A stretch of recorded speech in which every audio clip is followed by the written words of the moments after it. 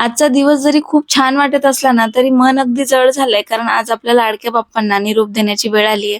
रिद्वी सकाळी उठली आणि खूप मस्ती करत होती. तिच्यासोबत खूप सारी मस्ती केल्यानंतर चहा घेतला, जो की मला आज आयता मिळाला होता. मागच्या 11 दिवसापासून ना, दिवसाची सुरुवातच या गोष्टीपासून व्हायची, की आज प्रसाद काय बनवायचा आहे, नैवेद्य काय बनवायचा आहे, त्यानंतर आज कोण पाहुणे घरी येणार आहेत का? किंवा आपल्याला कुणाकडे जायचंय, कुठे आरतीसाठी जायचंय का? त्यामुळे ना हलकासा मनात कळवळा निर्माण झाला होता सकाळपासून. पण तरी छान बाप्पासाठी नैवेद्य बनवला. रिद्वीला बाप्पांची आरती करायला खूप गंमत वाटायची. त्यामुळे आज ती जरा सॅड होती, की आता बाप्पा जाणार मग आरती कसं करणार? आता कुठे आरती पाठ झाली होती. बाप्पांना नैवेद्य दाखवला आणि छान रेडी झालो. हा ड्रेस तुम्हाला कसा वाटतोय नक्की मला कमेंट सेक्शनमध्ये सांगा. त्यानंतर रिद्वी सुद्धा माझ्यासोबतच पेअर अप झाली होती. अचानक आम्ही हा ड्रेस काढला आणि तो मॅचिंग मॅचिंग होऊन गेला. दोघी छान रेडी झालो. त्यानंतर आरतीची तयारी केली आणि आरती करेपर्यंत अचानक एवढा जोराचा पाऊस यायला लागला आणि वाटतही नव्हतं की पाऊस थांबेल. मग बाप्पांच्या विसर्जनाची तयारी केली आणि जवळच आम्ही विसर्जनासाठी गेलो होतो.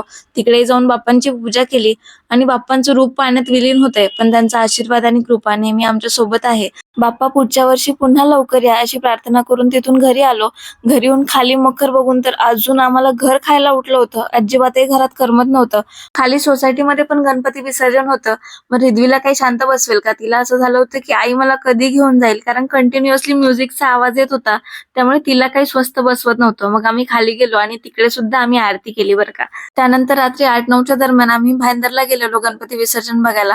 कारण यावर्षी आम्ही काही खूप गणपती बघायला गेलो नव्हतो. म्हटलं रिद्वीला तिकडे छान-छान गणपती बघायला मिळतील, तर ती पण खूप खुश होईल. आणि एवढा जोराचा पाऊस सुरू होता, तरी पण इकडे एवढी गर्दी होती, की बस. असा होता आमचा आजचा दिवस. व्लॉग कसा वाटला नक्की सांगा.